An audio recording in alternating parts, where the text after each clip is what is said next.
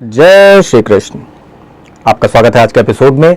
Last episode में हमने बात करी थी कुछ ग्रहों के बारे में कि आपके कुंडली के 6th हाउस और 7th हाउस के जो लॉर्ड होते हैं वो किस तरीके से डिसाइड करते हैं कि आपको किस फील्ड में जाना चाहिए, किस फील्ड में जाकर नौकरी करनी चाहिए, किस फील्ड में आपको बिजनेस करना चाहिए। आज हम उसी का सेकंड पार्ट कर रहे हैं। जिन्होंने भी वो पिछला वीडियो नहीं देखा है वो जाके देख सकते हैं, मैं उन्हें रिपीट नहीं करूंगा।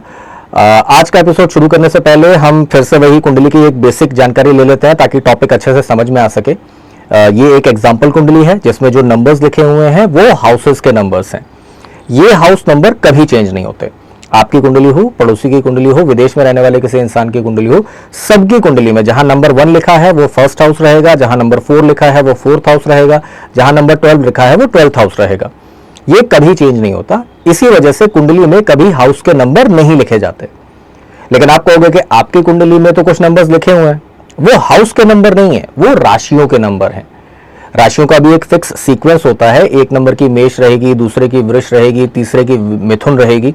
इसी वजह से कुंडली में कभी राशियों के भी नाम नहीं लिखे जाते, सिर्फ नंबर लिखे जाते हैं। क्योंकि अगर 5 नंबर लिखा हुआ है तो इसका मतलब वो सिंह राशि ही है, उसमें जबरदस्ती नाम लिखने की तो कोई जरूरत नहीं है। और जो राशि जिस हाउस में बैठती है उस राशि के लॉर्ड उस हाउस के लॉर्ड कहे जाते हैं। फॉर एन एग्जाम्पल, अगर 5 नंबर की राशि 7th हाउस में बैठी हुई है तो यह कहा जाएगा कि 7th हाउस में सिंह राशि बैठी है जिसके लॉर्ड होते हैं सूर्यदेव, मतलब 7th हाउस के लॉर्ड सूर्य हैं। अब आज के टॉपिक पे आ जाते हैं कि अगर आप जॉब करना चाहते हैं, बिजनेस करना चाहते हैं, आप जहां पे जॉब कर रहे हैं आपको वहां पे सक्सेस नहीं मिल रही, जो आप डिजायर्ड सफलता चाहते हो वो नहीं मिल रही, तो शायद आप किसी गलत लाइन में हो। आपको अपने ग्रहों के हिसाब से अगर अपनी फील्ड चुनने को मिल जाए तो आप अपनी लाइफ में बहुत सक्सेसफुल हो सकते हो। आपकी कुंडली का 6th हाउस जो होता है वो बताता है जॉब के बारे में कि आपको किस फील्ड में जॉब करनी चाहिए। 6th हाउस के लॉर्ड जो हैं, मतलब 6th हाउस में जो राशि बैठी है उसके लॉर्ड 6th हाउस के लॉर्ड हो जाएंगे। वो जिस चीज से संबंध रखते हैं उस चीज का काम अगर आप करते हो तो आप अपने जॉब में बहुत सक्सेसफुल हो सकते हो। सेम चीज बिजनेस के लिए लागू होती है। 7th हाउस बिजनेस का होता है। 7th हाउस के लॉर्ड जो भी ग्रह होते हैं उनसे जुड़ा हुआ व्यापार करने से, बिजनेस करने से आपको लाइफ में सबसे ज्यादा सफलता मिलती है। आपने अपनी लाइफ में भी ये चीज देखी होगी। कई लोग होते हैं जो एक काम बहुत लंबे समय से कर रहे थे, फिर एकदम से उन्होंने पूरी की पूरी लाइन चेंज कर दी और बहुत ज्यादा सक्सेसफुल हो गए।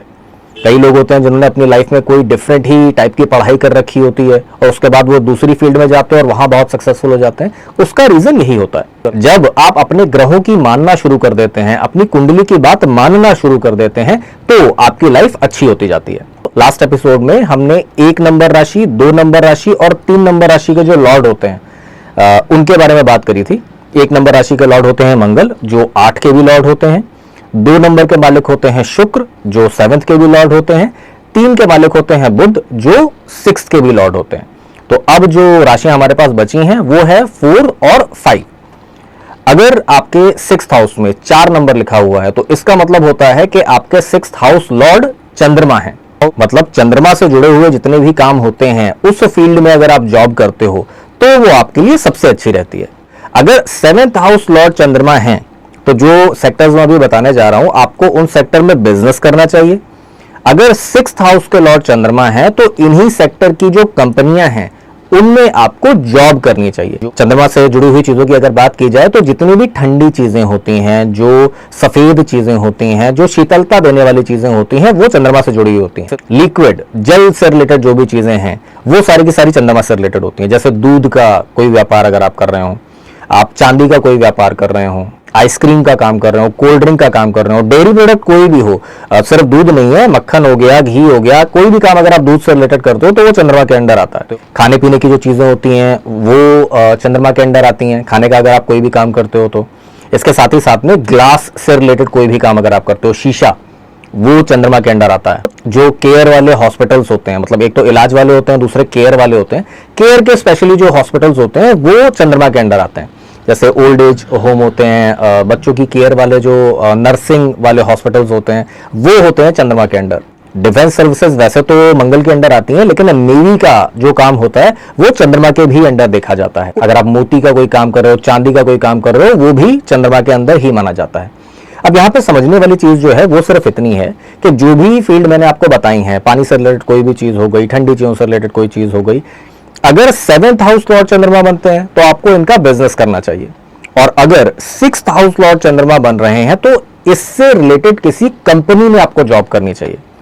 एग्जाम्पल, अगर मान लीजिए 6th हाउस लॉर्ड आपके चंद्रमा हो गए तो आप किसी दूध की कंपनी में काम कर सकते हैं। अमूल की कंपनी में आपने काम कर लिया, और वैसे बहुत सारे ब्रांड का तो क्या ही नाम लूं, दूध की कंपनी आपने देखी है बहुत सारी हैं, उसमें अगर आप कोई भी, आप वहां पे हो सकता है अकाउंटेंट की जॉब कर रहे हो, फिर भी चंद्रमा आपके लिए काम करेंगे क्योंकि आप उसकी फील्ड में काम कर रहे हो।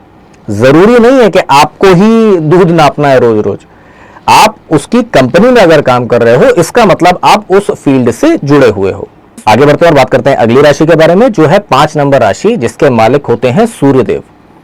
अगर 5 नंबर राशि आपके 7th हाउस में बैठी है तो इससे रिलेटेड आपको बिजनेस करनी है, 6th हाउस में बैठी है तो इससे रिलेटेड बिजनेसेस में आपको जॉब करनी है। अब सूर्य के बिजनेस क्या होते हैं, सूर्य की फील्ड क्या होती है, तो सबसे पहली चीज जो होती है वो तो होती है गवर्नमेंट जॉब। गवर्नमेंट से जुड़ा हुआ कोई भी काम अगर आप कर रहे हो तो वो सूर्य के अंडर आएगा। अब गवर्नमेंट जॉब तो जॉब हो गई, आप बोलोगे बिजनेस क्या होता है, सरकारी ठेके। सरकार के जो ठेके होते हैं उनको आप उठाइए, उससे रिलेटेड अगर आप बिजनेस करते हैं तो आपके लिए सबसे अच्छा रहेगा। राजनीति से जुड़ा हुआ कोई भी काम अगर आप करते हैं, सूर्य सत्ता है, राजा कहा जाता है उनको ग्रहों का, तो सत्ता से जुड़ा हुआ कोई भी काम अगर आप करते हो, सरकार से जुड़ा हुआ कोई भी काम आप करते हो, राजनीति का हो चाहे कोई भी, वो सूर्य के अंडर आता है। जो भी लोग राजनीति में इंटरेस्ट रखते हैं, जिनके एस्पिरेशंस होते हैं राजनीति में जाने के, उनकी कुंडली में सूर्य को सबसे पहले देखा जाता है। तांबा या सोना जो मेटल्स होते हैं ये भी सूर्य से रिलेटेड माने जाते हैं, तो अगर आप तांबे से जुड़ा हुआ कोई काम कर रहे हो, गोल्ड से जुड़ा हुआ कोई काम कर रहे हो तो ये भी सूर्य से ही रिलेटेड माना जाएगा। लकड़ी से जुड़ा हुआ कोई काम आप करते हो, जैसे प्लाईवुड वगैरह का हो गया, लकड़ी का और कोई भी काम हो गया, इससे सूर्य से रिलेटेड माना जाता है। इवन खेती बाड़ी से जुड़े हुए जो काम होते हैं, फॉरेन सर्विसेज से जुड़े हुए जो काम होते हैं, उन्हें भी सूर्य के अंडर ही माना जाता है। राजदूत जो होते हैं, डिप्लोमेट्स, वो भी सूर्य के अंडर आते हैं। इसके अलावा अगर कहा जाए तो दवाइयों का जो बिजनेस होता है उसे भी सूर्य के अंडर ही रखा जाता है। तो अगर सूर्य 7th हाउस के मालिक हैं तो आप ऐसा बिजनेस करिए।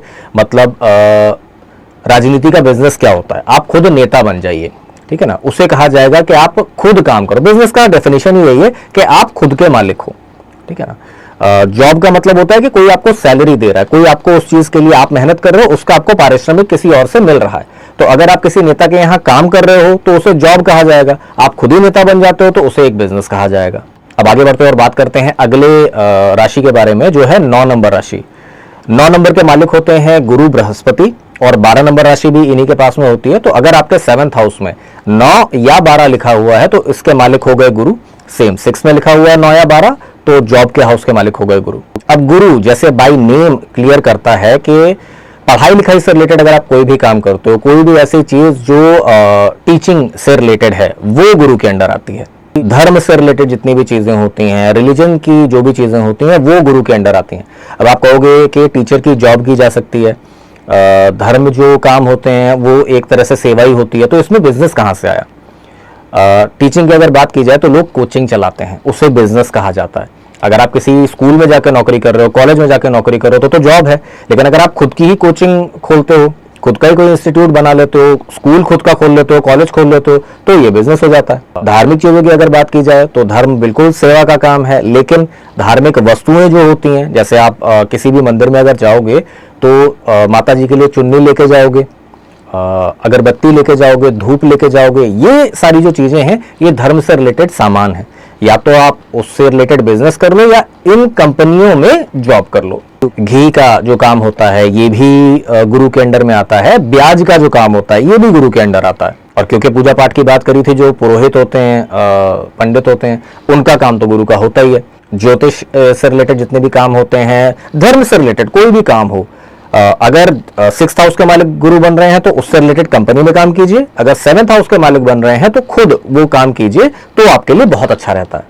अब जो तीनों ग्रह मैंने आपको बताए, चंद्रमा हो, सूर्य हो, गुरु हो, यहाँ पे मेन चीज देखना ये भी जरूरी होता है कि 6th हाउस जॉब का है, 7th हाउस बिजनेस का है, लेकिन 2nd हाउस धन का होता है, 11th हाउस इच्छा पूर्ति का होता है। तो अगर ये जो ग्रह हैं ये आपके 2nd हाउस के मालिक बने हुए हैं, 11th हाउस के मालिक बने हुए हैं, तो भी आप इनसे रिलेटेड काम कर सकते हो। अब जॉब करो या बिजनेस वो अलग चीज हो गई, लेकिन अगर 2nd हाउस के मालिक है, भाई आप कोई भी नौकरी करते हो, एट द एंड आप पैसे के लिए तो कर रहे हो, कोई भी बिजनेस करते हो अपनी इच्छा पूर्ति के लिए तो कर रहे हो। तो अगर सेकंड हाउस या 11th हाउस से भी इन ग्रहों का संबंध बन रहा है तो भी आप ये काम कर सकते हैं। ऐसा नहीं है कि आपने जॉब करनी है तो आपने 6th हाउस देख लिया, अब आपके 6th हाउस के मालिक चंद्रमा बने हुए हैं, लेकिन आपने कहा मुझे तो आर्मी में जाना था, मेरा तो बड़ा मन है डिफेंस में जाने का, मेरा तो यूपीएससी करने का मन है, अब वो तो चंद्रमा से रिलेटेड है नहीं, तो क्या करें। तो इसीलिए ये चीज कही जाती है कि जो मैं आपको बता रहा हूं 6th हाउस और 7th हाउस, ये बिल्कुल बेसिक चीज है कि अगर आप अपनी लाइफ में परेशानियां देख रहे हो, आप 6th हाउस के लॉर्ड को देखो, 7th हाउस के लॉर्ड को देखो, वहां पे उस चीज का काम करने की कोशिश करो, आपको उसमें सफलता जरूर मिलेगी। लेकिन अगर आप वो चीज नहीं करना चाहते, आपका मन कुछ और करने को है, अब हर एक इंसान डॉक्टर नहीं बनना चाहता, हर एक इंसान को वकील नहीं बनना है, हर एक इंसान का ये एम नहीं होता कि मुझे जॉब ही करनी है, हर एक इंसान बिजनेस करने के लिए नहीं बना होता। तो अगर 6th हाउस के लॉर्ड और 7th हाउस के लॉर्ड देख के आपको आपके जीवन का आंसर मिल गया कि हाँ भाई मैं इस फील्ड में अगर मैं जॉब ही करना चाहता हूं और चंद्रमा मेरे जॉब के हाउस के मालिक हैं, तो मैं चंद्रमा से रिलेटेड किसी फील्ड में जॉब कर लूं तो मैं अच्छा रहूंगा, आपके लिए ये बिल्कुल अच्छा रहेगा। लेकिन बस अगर जो आपके जॉब के हाउस के मालिक हैं वहां आप जॉब नहीं करना चाह रहे, आपका मन कुछ और करने को है, तो ऐसा नहीं है कि और किसी जगह आपको सफलता मिलेगी ही नहीं। मैं बस इसलिए आपको ये चीज बता रहा हूं कि 11th हाउस भी होता है, 2nd हाउस भी होता है, 10th हाउस कर्म का हाउस माना जाता है, और भी कई सारे कॉम्बिनेशन होते हैं जिन्हें देख के आप दूसरी फील्ड भी सेलेक्ट कर सकते हो। अभी जो मैं 6th हाउस और 7th हाउस आपको बता रहा हूं, ये सिर्फ इसलिए बता रहा हूं कि आप अगर बिजनेस करना चाहते हो, इस ग्रह से रिलेटेड कर सकते हो, आपको फायदा जरूर मिलेगा। अगर नहीं कर सकते तो फिर ज्योतिष परामर्श करके आप दूसरे फील्ड्स और सेक्टर्स को भी एक्सप्लोर कर सकते हैं। अब आज का एपिसोड हमने 3 ग्रहों के बारे में कर लिया। आज जो बचे हुए 3 ग्रह हैं शनि, राहु और केतु, बेसिकली तो शनि को ही क्योंकि लॉर्ड माना जाता है तो उनके कार्य अलग होते हैं, राहु और केतु का डिफरेंट फंडा है। अब ये मैं आपको अगले एपिसोड में बताऊंगा। आज का एपिसोड हम यहीं तक रखेंगे, अब आपसे मिलेंगे अगले एपिसोड में, तब तक के लिए जय श्री कृष्ण।